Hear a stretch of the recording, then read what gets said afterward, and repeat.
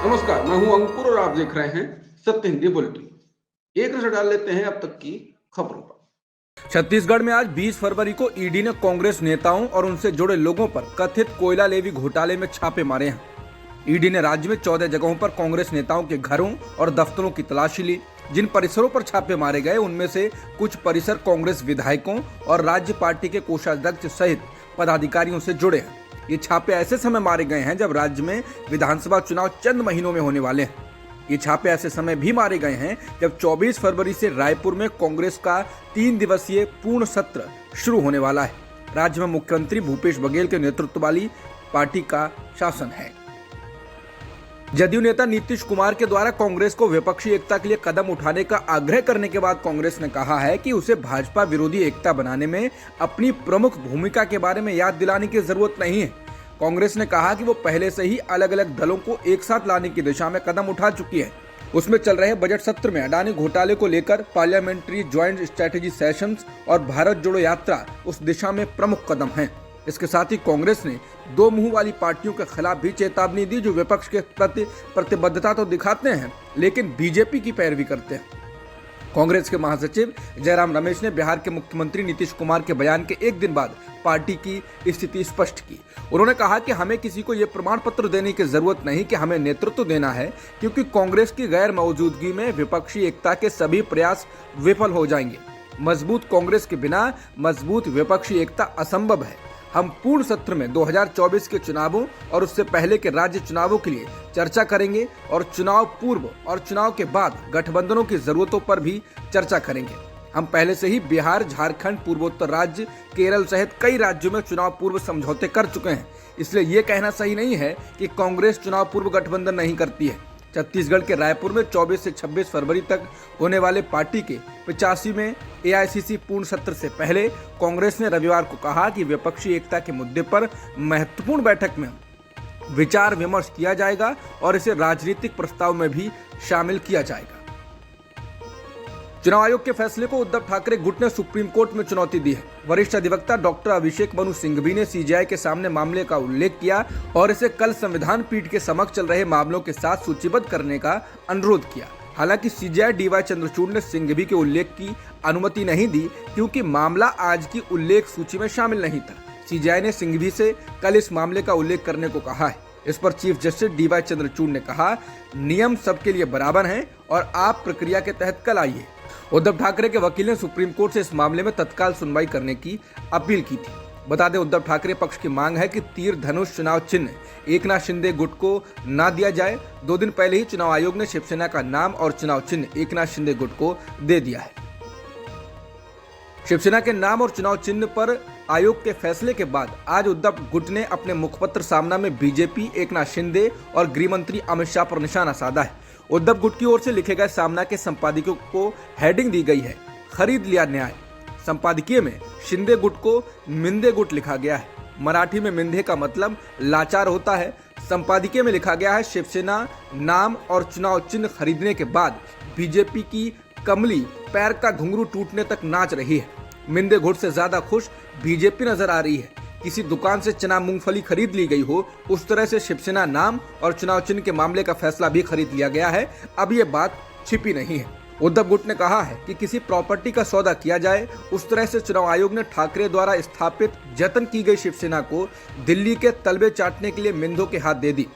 मिंदो को धनुष बाण का चिन्ह मिला, वो इन्हीं अमित शाह की मेहरबानी से। क्या अब ये छिपा है? ये इंसान महाराष्ट्र और मराठी लोगों का नंबर 1 शत्रु है। इसलिए जो भी श्रीमान शाह के पीछे पड़कर अपनी राजनीतिक खुजली मिटाना चाहते हैं, उन सभी को क्या महाराष्ट्र का दुश्मन मानना पड़ेगा? जम्मू कश्मीर राज्य का विशेष दर्जा छीने जाने के 3.5 साल बाद केंद्र सरकार वहां तैनात सेना को कश्मीर घाटी के भीतरी इलाकों से हटाने पर विचार कर रही है। ये बात आज 20 फरवरी को इंडियन एक्सप्रेस में प्रकाशित एक रिपोर्ट में कही गई है। अगर सेना के इस प्रस्ताव को मंजूरी मिली तो सेना की मौजूदगी सिर्फ लाइन ऑफ कंट्रोल यानी LOC पर होगी। बता दें, जम्मू कश्मीर के राजनीतिक दल लंबे समय से कश्मीर के भीतरी इलाकों से सेना हटाने की मांग कर रहे हैं। राज्य में प्रशासन बदलने के बाद तमाम अधिकारी सरकार से कह रहे हैं कि जम्मू कश्मीर की स्थिति सामान्य बताने का दावा तभी किया जा सकता है जब वहां पर सेना ना हो। इस मामले से जुड़े अधिकारियों का कहना है कि कश्मीर के भीतरी इलाकों से सेना हटाने के प्रस्ताव पर लगभग 2 साल से चर्चा हो रही है। यह प्रस्ताव अब रक्षा मंत्रालय, गृह मंत्रालय, जम्मू कश्मीर पुलिस के पास है। इस प्रस्ताव में कहा गया है कि सेना को हटाकर उसकी जगह सीआरपीएफ को तैनात किया जाएगा। सीआरपीएफ कानून व्यवस्था के अलावा आतंकवाद के हालात को भी संभालेगी। दिल्ली में एआईएमआईएम के प्रमुख असदुद्दीन ओवैसी के आवास पर रविवार शाम को पथराव किया गया। असदुद्दीन ओवैसी ने इस बारे में जानकारी दी। ओवैसी ने ट्वीट कर कहा, मेरे दिल्ली वाले आवास पर फिर हमला हुआ है। 2014 के बाद से ये चौथी बार है जब ऐसा हमला हुआ है। बीती रात जब मैं जयपुर से लौटा तो मेरे घरेलू सहायकों ने बताया कि कुछ शरारती तत्वों ने पथराव किया था, जिससे खिड़कियों के शीशे टूट गए। दिल्ली पुलिस फौरन इन लोगों को गिरफ्तार करे। बता दें, दिल्ली पुलिस आधी रात को उनके आवास पर पहुंची और सबूत जमा किए।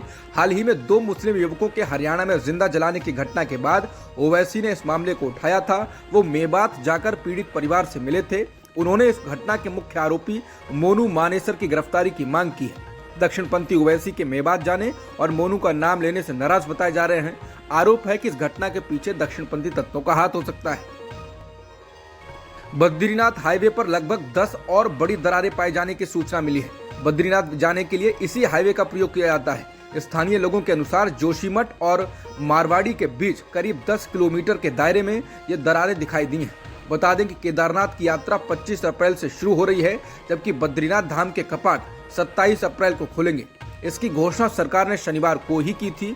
हाईवे पर उभर रही दरारों के कारण इस यात्रा पर लगातार संकट बना हुआ है।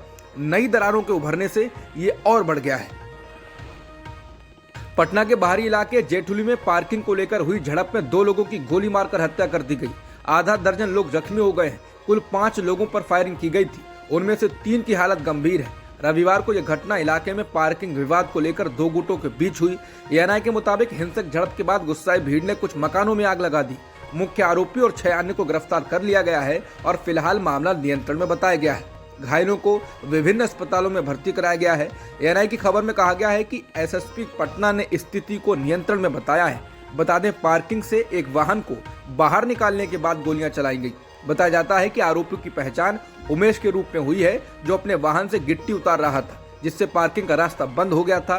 पार्किंग के रास्ते में कथित रुकावट के कारण दोनों पक्षों के बीच तीखा विवाद हुआ, जिसके कारण फायरिंग और हिंसा हुई, जो बढ़ती चली गई।